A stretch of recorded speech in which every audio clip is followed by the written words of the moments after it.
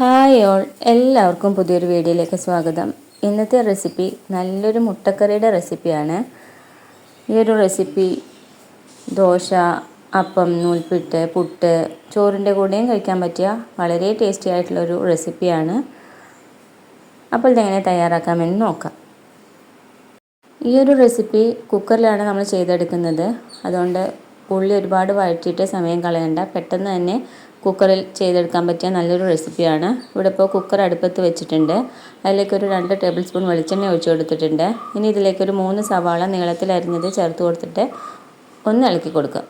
ഒരുപാട് വഴറ്റേണ്ട ആവശ്യമില്ല, ജസ്റ്റ് ഒന്ന് വഴറ്റിയാൽ മതി. ഇനി ഇതിലേക്ക് 1 ടേബിൾ സ്പൂണോളം ഇഞ്ചി വെളുത്തുള്ളി പേസ്റ്റാണ് ചേർത്ത് കൊടുക്കുന്നത്. ഇനി ഇഞ്ചി വെളുത്തുള്ളി ചതച്ചതായാലും മതി. എന്നിട്ട് ജസ്റ്റ് ഒന്ന് വഴറ്റിയെടുക്കാം. ഇനി ഇതിലേക്ക് കുറച്ച് കറിവേപ്പിലയും 1 പച്ചമുളകും ചേർത്ത് കൊടുക്കുന്നുണ്ട്. ഇനി എരിവിന് ആവശ്യമായിട്ട് 1-2 പച്ചമുളക് കാണിച്ചാലും ചേർത്ത് കൊടുക്കാം. എന്നിട്ട് വീണ്ടും ജസ്റ്റ് ഒന്ന് വഴറ്റിയതിന് ശേഷം ഒരു 1/2 ടീസ്പൂണോളം ഉപ്പ് ചേർത്ത് കൊടുക്കുന്നുണ്ട്. എന്നിട്ട് ഇവിടെ ഒരു 1/4 കപ്പ് വെള്ളമാണ് ഒഴിച്ചു കൊടുക്കുന്നത്. എന്നിട്ട് കുക്കർ അടച്ച് വെച്ചിട്ട് ഒരു 4 വിസിൽ വരത്തക്ക രീതിയിൽ ഇതിനെ വേവിച്ചെടുക്കണം. വീട്ടിൽ ഗസ്റ്റൊക്കെ വരുമ്പോൾ തയ്യാറാക്കി കൊടുക്കാൻ പറ്റിയ വളരെ ടേസ്റ്റി ആയിട്ടുള്ളൊരു മുട്ടക്കറിയുടെ റെസിപ്പിയാണ്. പെട്ടെന്ന് തന്നെ ഉണ്ടാക്കിയെടുക്കാനും പറ്റും. ഇവിടെ ഇപ്പോൾ ഇതാ പ്രഷറെല്ലാം നന്നായി പോയിട്ടുണ്ട്.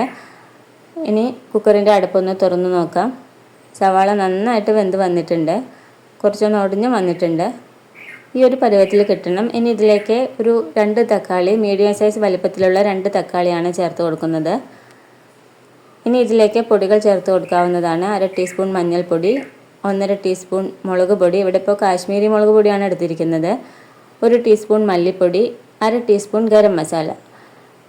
പൊടിയെല്ലാം ചേർത്ത് കൊടുത്തിട്ട് പച്ചമണം മാറിയതിന് ശേഷം ഇതിലേക്കൊരു തേങ്ങയുടെ അരപ്പും കൂടി ചേർത്ത് കൊടുക്കുന്നുണ്ട്. ഇനിയിപ്പോൾ എരിവിന് ആവശ്യമായിട്ടുള്ള മുളക് പൊടി, എരിവുള്ള മുളക് പൊടിയും ചേർത്ത് കൊടുക്കാം. ഇനിയിപ്പോൾ ഇവിടെ 1 കപ്പ് ചെറിയ തേങ്ങ എടുത്തിട്ടുണ്ട്. അതിലേക്ക് 1 ഏലക്ക, 1 ഗ്രാമ്പു, ചെറിയൊരു പീസ് പട്ട, 1/2 ടീസ്പൂൺ പെരുംജീരകം, 10 കാഷ്നട്ടും കൂടെ നന്നായിട്ട് പേസ്റ്റാക്കി അരച്ചതാണ്. ഇനി ഇതിലേക്ക് ഈ തേങ്ങ അരപ്പും കൂടി ചേർത്ത് കൊടുക്കാം. ഇനി മിക്സിയുടെ ജാറിൽ കുറച്ച് വെള്ളം ഒഴിച്ചിട്ട് അതും കൂടി ചേർത്ത് കൊടുക്കുന്നുണ്ട്. കറിക്ക് ആവശ്യമായിട്ടുള്ള വെള്ളം ഒഴിച്ച് കൊടുക്കാവുന്നതാണ്. എന്നാൽ ഒരുപാട് ലൂസായിട്ടുള്ള കറിയല്ല, കുറച്ച് കട്ടിക്കുള്ള കറിയാണ്. അതിനനുസരിച്ചിട്ട് വെള്ളം ചേർത്ത് കൊടുക്കാം. ഇനിയിപ്പോൾ ഇവിടെ ഒരു 1/2 ടീസ്പൂണോളം ഉപ്പും കൂടെ ചേർത്ത് കൊടുക്കുന്നുണ്ട്. വീണ്ടും നന്നായിട്ടൊന്ന് ഇളക്കി കൊടുക്കാം. ഇനി ഈ കറി ഒന്ന് നന്നായിട്ടൊരു തിള വരണം. ഇനി അതിലേക്കാണ് നമ്മൾ പുഴുങ്ങിയ മുട്ട ചേർത്ത് കൊടുക്കുന്നത്. കുറച്ച് കറിവേപ്പില കൂടെ ചേർത്ത് കൊടുക്കുന്നുണ്ട്. എന്നിട്ട് മുട്ട ഇതുപോലെ ചെറുതായിട്ടൊന്ന് വരഞ്ഞതും കൂടെ ചേർത്ത് കൊടുക്കാം. ഇവിടെ ഇപ്പോൾ ഒരു 7 പുഴുങ്ങിയ മുട്ടയാണ് ചേർത്ത് കൊടുക്കുന്നത്. മുട്ടയെല്ലാം ചേർത്ത് കൊടുത്തതിന് ശേഷം ഒന്ന് അടച്ച് വെച്ചിട്ട് നന്നായിട്ടൊന്ന് തിളയ്ക്കണ വരെ വെയിറ്റ് ചെയ്യാം. അപ്പോൾ ഈ മുട്ടയുടെ ഉള്ളിലൊക്കെ ഈ കറിയുടെ മസാല നന്നായിട്ട് പിടിക്കുകയും ചെയ്യും. അടച്ച് വയ്ക്കുമ്പോൾ കുക്കറിൻ്റെ വിസിലെല്ലാം എടുത്തതിന് ശേഷം മാത്രം അടച്ച് വയ്ക്കുക. അപ്പോൾ ഇത്രയേ ഉള്ളൂ, പെട്ടെന്ന് തന്നെ ഉണ്ടാക്കാൻ പറ്റിയ നല്ലൊരു മുട്ടക്കറിയുടെ റെസിപ്പിയാണ്. ഇതാ കണ്ടില്ലേ, ഇവിടെ ഇപ്പോൾ മുട്ടക്കറി ആയിട്ടുണ്ട്.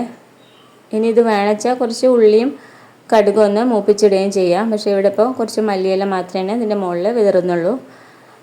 വളരെ ടേസ്റ്റി ആയിട്ട് ഉണ്ടാക്കാൻ പറ്റിയ നല്ലൊരു മുട്ടക്കറിയുടെ റെസിപ്പിയാണ്. ഉറപ്പായിട്ട് എല്ലാവർക്കും ഇഷ്ടാവുകയും ചെയ്യും. അപ്പോൾ ഈ ഒരു റെസിപ്പി എല്ലാവരും ഒന്ന് തയ്യാറാക്കി നോക്കണം. റെസിപ്പി ഇഷ്ടപ്പെട്ടാൽ എല്ലാവരും ഒന്ന് ലൈക്ക് ചെയ്യണം, ഷെയർ ചെയ്യണം, കമൻറ്റ് ചെയ്യുകയും വേണം. ഈ ചാനൽ ആദ്യമായിട്ടാണ് കാണുന്നതെങ്കിൽ എല്ലാവരും ഒന്ന് സബ്സ്ക്രൈബ് ചെയ്തിട്ട് സപ്പോർട്ട് ചെയ്യും വേണം. പുതിയൊരു റെസിപ്പിയായിട്ട് വീണ്ടും കാണാം. Thank you.